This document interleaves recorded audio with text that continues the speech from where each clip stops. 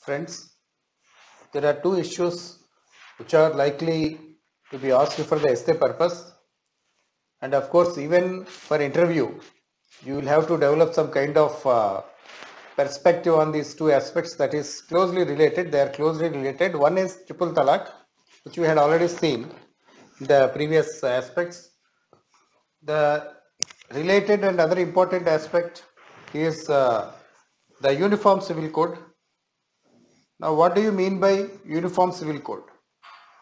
In a country like India, we do have different religions, different faiths, and if it is applicable for the same to all, one and all, especially in the issues of personal law or family issues or personal law, we can define it as personal law, issue of marriages and all that we can say Uniform Civil Code. Anyway, in criminal aspects there is absolutely no difference now. We have criminal procedure code is almost the same, but the Uniform Civil Code especially pertains to the justice or the jurisprudence that is related to the civil aspects. Okay, so friends, Uniform Civil Code becomes all the more important in India in the recent years, and that is the reason why we can expect it in a essay paper, because last 2 years, after the triple talaq judgment, there has been also talk about the Uniform Civil Code, and before that the Shah Banu case, the famous Shah Banu case, which was in 1985, Supreme Court has given judgment in Shah Banu case. I will explain what is the case after some time.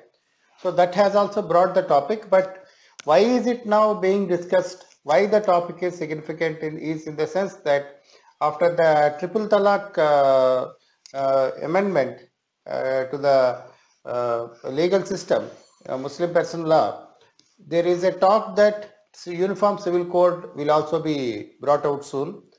And friends, there is also a legal push for the Uniform Civil Code, because Supreme Court even 2 years back, Supreme Court has been talking about Uniform Civil Code, and it also said that the observations made by the apex court in Shah Banu case was not taken forward. So let me tell you precisely. Now, to understand an essay, to get some perspective on Uniform Civil Code, let us go in a structured manner as we see for most of the papers, essays. This is how we also have to write. From that, see, actually we do have the debate on Uniform Civil Code for a very long time. In fact, it was in the Constituent Assembly when the Constitution was being framed. There was talk about Uniform Civil Code until recently, whether it is the Supreme Court judgment or legal push or whatever, triple talaq, it has already been in news. Now, what is the basis for this? Uniform Civil Code dates back to the framing of Constitution. In the Directive Principles of State Policy, especially Article 44 of the Constitution says, I read it out, that state shall endeavor to provide for its citizens a Uniform Civil Code, that is UCC, throughout the territory of India. Okay, the objective of this endeavor should be to address the discrimination against the vulnerable groups and to harmonize diverse cultural practices. Okay, so that is the point. So the basis of Uniform Civil Code, as I said, dates back to the making of Constitution. We'll also get back to Constituent Assembly, what is its opinion after a point of time. So the point thing is that three aspects you need to understand. One, Uniform Civil Code becomes all the more important. A debate on that becomes all the more important in country where we have a lot of plurality. Secondly, after the triple talaq judgment and the enactment of law, Uniform Civil Code has again come to the fore. From time to time, the government is making statements and politicians is making statements. Thirdly, the basis of Uniform Civil Code goes to directive principles of state policy, as I have mentioned, and it says it has been the objective of the government and the constitution makers that in a country like India, we will have no discrimination against vulnerable groups, especially women. This particular thing is related to women because when you say civil code, it differs to lot of personal law related matters. And we also have the Supreme Court judgment on women's right to property just this year, few months back. So that is also another indication that the religious law or civil code pertaining to a particular religion may not always be adhered to in legal systems. So these are the 4 points which bring the Uniform Civil Code into the context for us to have a discussion. Okay, so if there is an essay, I will tell you how the essay question will come after we discuss, likely. So basically, you just bring it into the context that Uniform Civil Code is as old as its debate on the framing of the Constitution. Then the issue of civil code is in the limelight again because of the Supreme Court judgment. So we have a legal push. We have a legal push to Supreme Court to Uniform Civil Code right from Shah Banu case in 1985. And friends, I did give an additional information at the end about the case, the Shah Banu case, which was in 1985. The judgment came in 1985.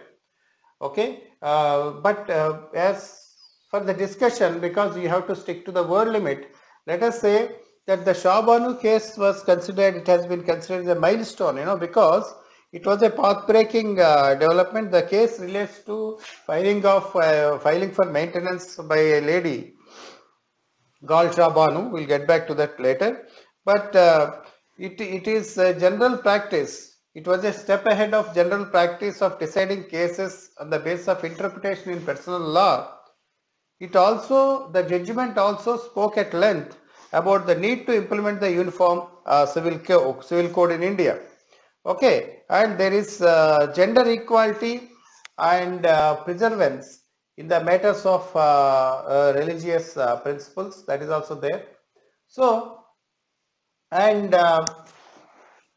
before that, the court had also made a reference 2 years back that the Shah Banu case judgment was not being taken forward by the government. It made an observation. So that has brought the Uniform Civil Code. This observation was made by Supreme Court itself. This has brought the Uniform Civil Code into the limelight again. And what did the court say? The court said that the founders of this is the Supreme Court view, the founders of the Constitution had expressed their hope that the state in one day would fulfill the expectations of the Uniform Civil Code. It also observed that the Hindu laws were codified in the year 1956. This is a quotation from that comment. There has been no attempt to frame a uniform civil code applicable to all citizens of the country since then. And as I said, the Supreme Court was also saying that even after our observations in Shah Banu case in 1985, the government had done nothing to bring the Uniform Civil Code. And Supreme Court was also referring to the positive impacts of Uniform Civil Code in states. In Goa, interestingly, it said Uniform Civil Code is applicable to all regardless of religion except while protecting certain limited rights. Friends, for example, in Goa, a Muslim man is he cannot pursue polygamy. A married couple share property equally, and prenuptial agreements are in the order of the day, and assets are divided equally between man and woman after the divorce. So, as you see, the recent judgment on women's right to property is also gradually taking us to this direction. So this is how you need to bring the Uniform Civil Code into the context. Okay. Now, as we say, it is as old as the debates in Constituent Assembly. Let us actually examine what the Constituent Assembly was saying in this.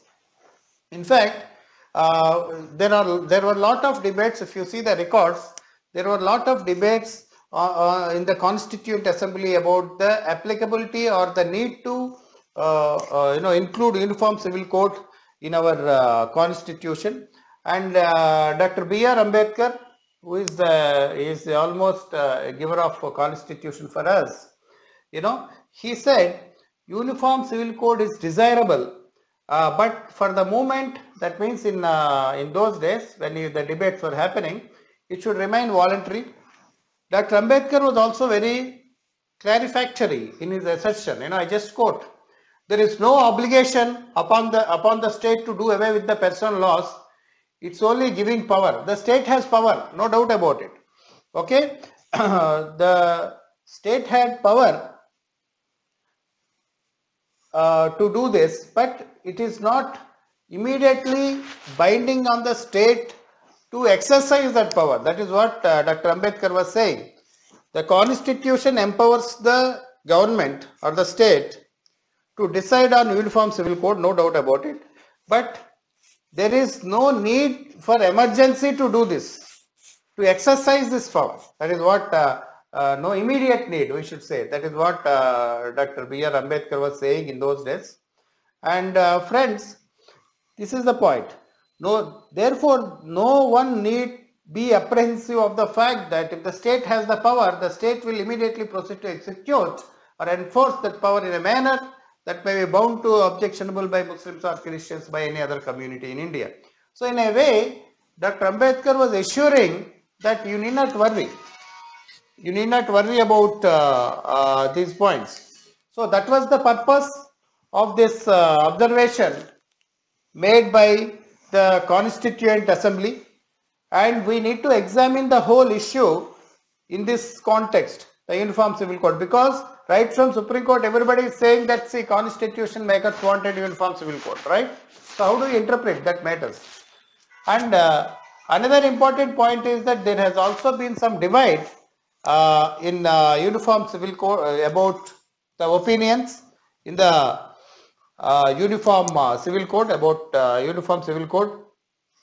For instance, let us see.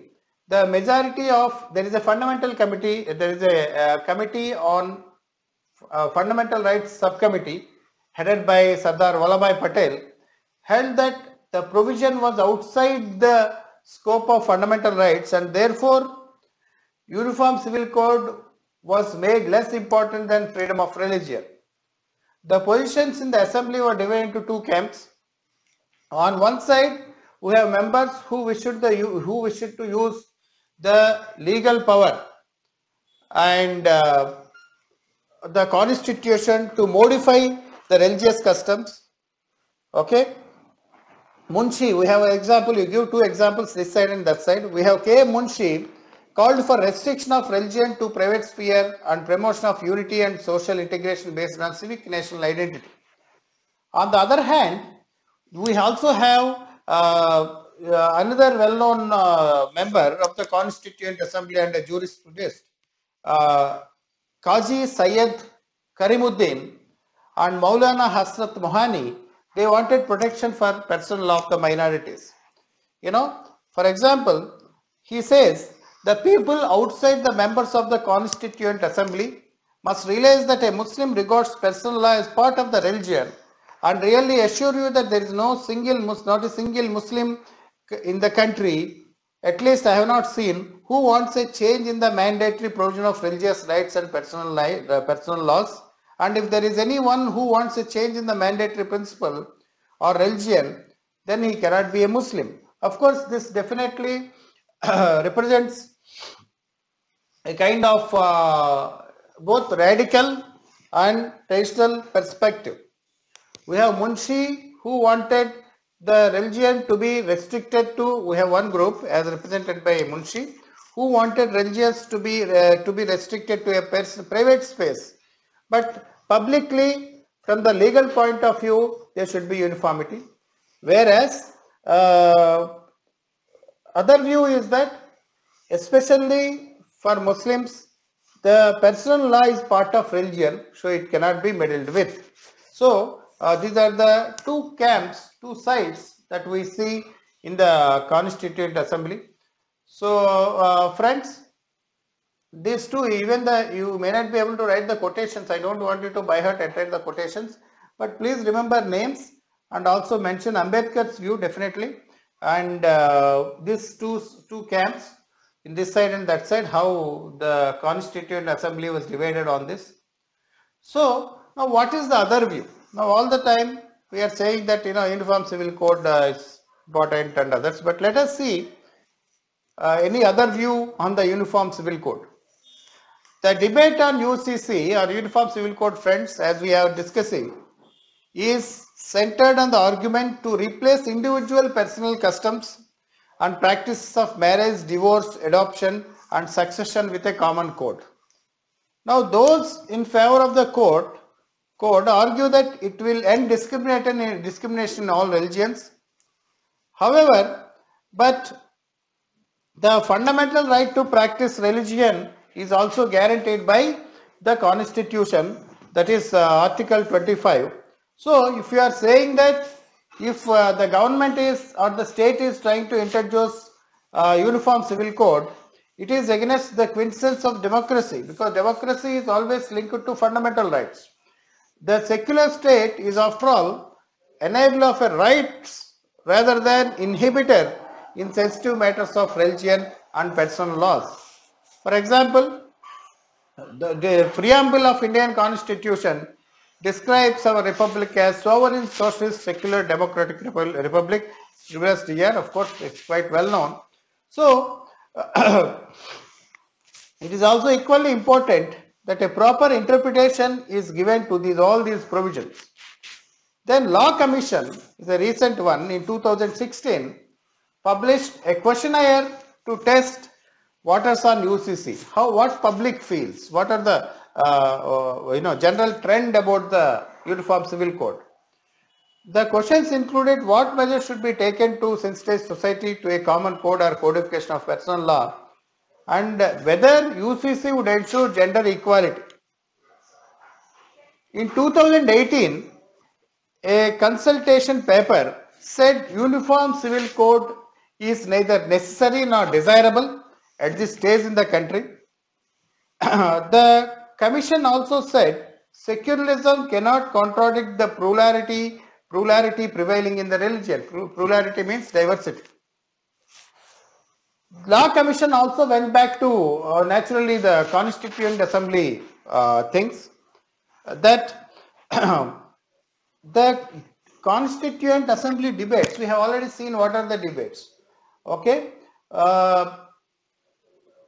whether we have any agreement in the Constituent Assembly, if we are leaning back on scholars like Ambedkar and others, the experts like Munshi and the other view,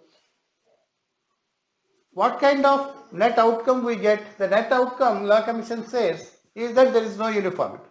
Even in the Constituent Assembly time, there is no uniformity. So we cannot totally say that the forefathers of our Constitution wanted Uniform Civil Code. They did suggest, no doubt they did suggest, but when to introduce it? What is the right time to introduce Uniform Civil Code? That becomes the crux of the matter, friends, because there is a need to sensitize people involved. There is a need to create a kind of awareness on how Uniform Civil Code is going to help underprivileged people. There is also a need to assure and ensure that by no means the changes in personal law are not going to impact the religious sentiment of the people. So this is the actual position on the Uniform Civil Code. Another important point is, now what is the road ahead? That is what I mentioned here. Because directive principles of state policy are suggestive in nature. If at all constitution makers really wanted Uniform Civil Code, it would have made it a fundamental right, right? That is also another point which was brought out. Now what is the road ahead? The legal analysts say that Supreme Court had also missed an opportunity to decide on the issue when it outlawed triple talaq. because that is also obviously a matter that is related to religion. Then the before that, the court did observe that gender equality in Islamic personal law may be more achieved, better achieved if we have the Uniform Civil Code. Then the Shah Banu case, as I already said, that Article 44 remained a dead letter. The Supreme Court was not actually happy that the government is not taking care of the rights of the women. Then codification of various practices and customs would make them law under Article 13 of the Constitution. Any law that comes under Article 13 of the Constitution should be consistent with the fundamental rights, the Law Commission has also said. So friends, the Law Commission's final stand is that Uniform Civil Code is neither necessary nor desirable at this stage in the country. It said a unified nation does not necessarily need to have uniformity. Okay. However, it is also important that we need to separate the political factors from the legal and personal law aspects. Friends, secularism and democracy in India should always be tagged with a finer political principles adhered to by all the parties. Any decision on Uniform Civil Code has to be above the petty considerations of the vote bank politics, but it should definitely lead to the welfare of the women and underprivileged. We cannot, as a civilized society, we cannot keep quiet if a particular section of underprivileged are suffering because of the religiously dominated social issues. However, it is also important to protect the religious sentiment of any communities, whether it is Hindus or Muslims or Christians, and a lot of exercise has to be done. Any decision on Uniform Civil Code cannot be done haphazardly. There is a need for political congruence or agreement on Uniform Civil Code, and all the stakeholders have to be convinced that it should address all the social evils that we see in certain section of the society. Then only it can be taken. Okay, we should also remember one very important aspect, that this is so sensitive an issue that this could flare up communal tensions in the country. So it is important that we will keep up the syncretic nature of Indian society and political atmosphere and go forward on this issue. This is how you need to conclude, how you need to write. And friends, I just added some points on Shah Banu case and its significance here in the end, which you can actually see. You know, I don't expect a direct question on this, but you know, I just added this, which we will see. Okay. Let's see this here. This I have mentioned here. You know, how this case came up, and not directly related to essay, but you know, this is frequently talked of in Shah Banu case. So let's try to understand this case. Briefly, I am telling you, you can read this later as you get this. This is the case which laid the ground for Muslim rights, equal rights in marriages and divorce. And okay, and this is actually filed in 1978 by a 62-year-old woman, Shah Banu, filed this case, and this went up to 1985 when the judgment was given. And as I mentioned, the case is considered a milestone as it was a step ahead of the general practice of deciding cases on the basis of interpretation. Definitely it's a path breaking. So you just try to read this also, because when you write about Shah Banu case and its relation to Uniform Civil Code, or even triple talaq, it is important that you need to have this perspective. Friends, this is about triple talaq, and we would complete other uh, areas also. Other areas we have been listed out for SS as early as possible, and this will be emailed to all those students who have joined the paid batch. Okay, thank you friends, and we'll catch up with the other topic later in the day today.